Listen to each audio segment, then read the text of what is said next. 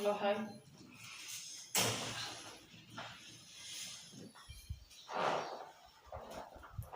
Hello, hi friends. Good morning. ನಾನು ಜಯಶ್ರೀ. ನೋಡಿ, ಇದು ಏನಂದರೆ ಇವತ್ತು ಒಂದು ಮುಖ್ಯವಾದ ವಿಷಯದೊಂದಿಗೆ ಬಂದೀನಿ. ಅದು ಏನಂದರೆ, ನಾನು ಒಬ್ಬ ನೇತ್ರದಾನಿ. ನಾನು ಸ್ಪೈನಲ್ ಕಾರ್ಡ್ ಇಂಜುರಿ ಆಗಿಬಿಟ್ಟು 13ನೇ ವರ್ಷ ನಡೀತದೆ. ನಾನು ಜೀವನದಲ್ಲಿ ತುಂಬ ಸಫರ್ ಆಗಿದ್ದೀನಿ. ಕಾಲುಗಳನ್ನು ಕಳ್ಕೊಂಡ್ಬಿಟ್ಟು ಹೊರಗಿನ ಪ್ರಪಂಚ ನೋಡೋಕ್ಕೆ ಆಗ್ತಿಲ್ಲ.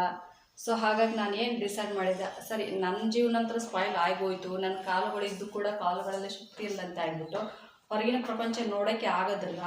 ಸೊ ನಾನೇ ಬೇರೆ ಯೋಚನೆ ಮಾಡಿದೆ. ಆಯಿತು, ನನ್ನ ದೇಹ ಮಣ್ಣಲ್ಲಿ ಮಣ್ಣಾಗಿ ಅದ್ರ ಜೊತೆಗೆ ನನ್ನ ಕಣ್ಣು ಕೂಡ ಮಣ್ಣಲ್ಲಿ ಮಣ್ಣಾಗೋದು ಬೇಡ ಅಂತ ಡಿಸೈಡ್ ಮಾಡಿಬಿಟ್ಟು ನನ್ನ ಕಣ್ಣನ್ನು ನಾನು ದಾನವಾಗಿ ಕೊಟ್ಟಿದ್ದೀನಿ.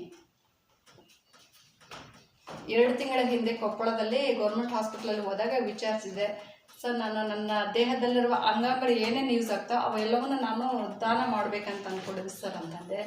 ಅವರಿಂದ ನಮ್ಮಲ್ಲಿ ಆ ಥರ 2-3 ತೊಗೊಳ್ಲಿಕ್ಕೆ ಅವಕಾಶ ಇಲ್ಲ, ಆ ಥರ ಸಿಸ್ಟಮ್ ಏನೂ ಇಲ್ಲೇ ಇಲ್ಲಿ, ಆ ಥರ ಫೆಸಿಲಿಟಿ ಏನೂ ಇಲ್ಲ. ಸೊ ನಮ್ಮ ಕಡೆಯಿಂದ ಒಂದು ಸಾಧ್ಯ, ಅದು ಕಣ್ಣು ಮಾತ್ರ ಅಂದರು. ಸರಿ ಸರ್, ಹಾಗಿದ್ರೆ ನನ್ನ ಕಣ್ಣುಗಳನ್ನು ಕೊಡಲಿಕ್ಕೆ ರೆಡಿ ಇದ್ದೀನಿ ಅಂತಂದು ಬರೆಸಿಬಿಟ್ಟು ಬಂದಿದ್ದೀನಿ.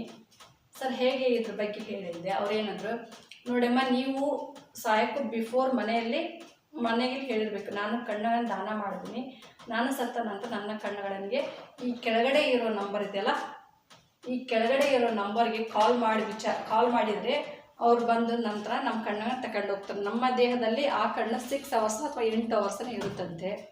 ಆ 6 ಅವರ್ಸ್ 8 ಅವರ್ಸ್ ಒಳಗಡೆ ಬಂದು ನಮ್ಮ ಕಣ್ಣನ್ನು ತಗೊಂಡು ಹೋಗ್ತಾರೆ.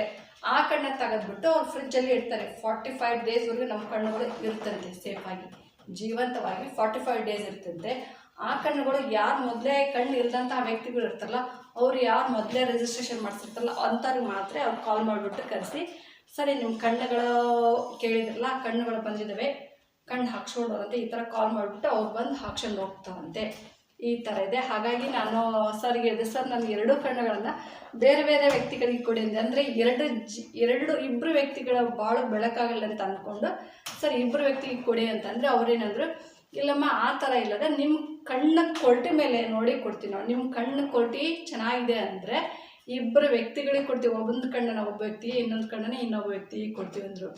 ಸಪೋಸ್ ನಿಮ್ಮ ಕಣ್ಣು ಕ್ವಾಲಿಟಿ ಚೆನ್ನಾಗಿಲ್ಲ ಅಂದರೆ 2 ಕಣ್ಣುಗಳನ್ನು ಒಂದೇ ವ್ಯಕ್ತಿಗೆ ಕೊಡ್ತೀವಿ ಅಂದರು. ಆಯ್ತು ಸರ್ ಅಂತ ಹೇಳಿ ಬಂದಿದ್ದೀನಿ. ಓಕೆ, ನಾನಂತೂ ಈ ಥರ ಮಾಡಿದ್ದೀನಿ. ಹಾಗೆ ಇನ್ನೊಂದು ವಿಷಯ ಏನಂದರೆ, ನಾವು ಯಾರ್ಯಾರುಗಳು ಈ ಕಣ್ಣನ್ನು ದಾನವಾಗಿ ಕೊಡ್ಬೋದು ಬಂತು. ಒಂದೇ ಕ್ವಶನ್, ಎಲ್ಲರೂ ಕೊಡ್ಬೋದು, ಬಟ್ 3 ವ್ಯಕ್ತಿಗಳಿಗೆ ಕೊಡಲಿಕ್ಕೆ ಅವಕಾಶ ಇಲ್ಲ. ಅದು ಯಾರ್ಯಾರು ಅಂದರೆ, ಒಂದು ದೇಹ ಸುಟ್ಟುಕೊಂಡು ಸಾಯ್ತಾರಲ್ಲ ಅಂಥವ್ರಿಗೆ ಅಲೋ ಇಲ್ಲ ಕಣ್ಣು ಕೊಡಲಿಕ್ಕೆ. ಸೆಕೆಂಡ್ ಒನ್ನು ಪಾಯ್ಸನ್ ತೊಗೊಂಡಿರ್ತಾರಲ್ಲ ಅಂಥವ್ರಿಗೆ ಇಲ್ಲ. ಥರ್ಡ್ ಒನ್ನು HIV ಏಡ್ಸ್, ಇಂಥ ಜನಗಳಿಗೆ 3 ಜನಗಳು, ದೇಹ ಸುಟ್ಟುಕೊಂಡವ್ರಿಗೆ, ಪಾಯ್ಸನ್ ತೊಗೊಂಡವ್ರಿಗೆ ಮತ್ತು HIV, ಈ ಥರ ಜನಗಳಿಗೆ ಕಣ್ಣು ದಾನವಾಗಿ ಕೊಡಲಿಕ್ಕೆ ಅಲೋವಿಲ್ಲ.